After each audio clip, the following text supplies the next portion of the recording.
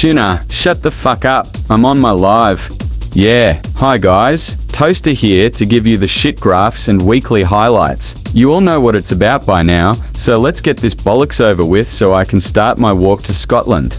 I've put this together at lunchtime, so figures may change for Friday, but as it stands, all I do is sing and dance. On my lives once again, does not quite it up. There is an obvious downtrend in time. Sat repeating myself, perhaps I am reserving energy in preparation for my slow meandering walk to Scotland. This graph is titled "My Dad Sells Avon" for no particular reason.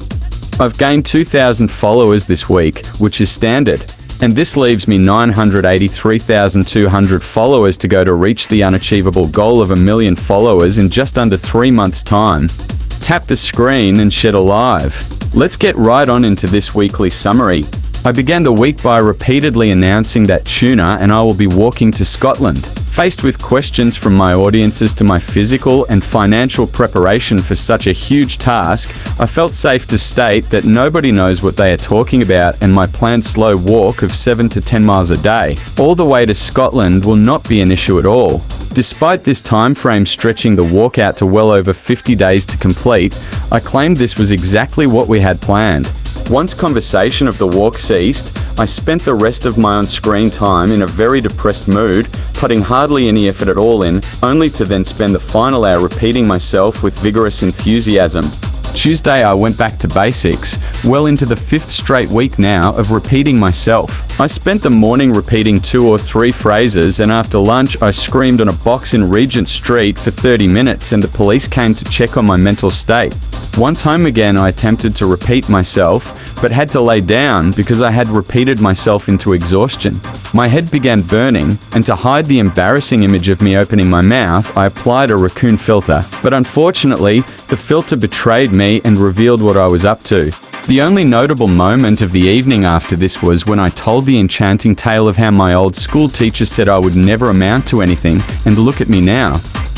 Wednesday morning saw me spend the entire time repeating myself, but I did break up the monotony for my viewers for a brief time by treating everyone to a sing-song of my hit track, "I Am Not a Driller." I returned to Regent Street to scream on top of a box, and my performance was distracted by my constant calls for nobody to tap my screen or shed a live. Then at the end, I became enraged that my likes were low and questioned the loyalty of my moderators.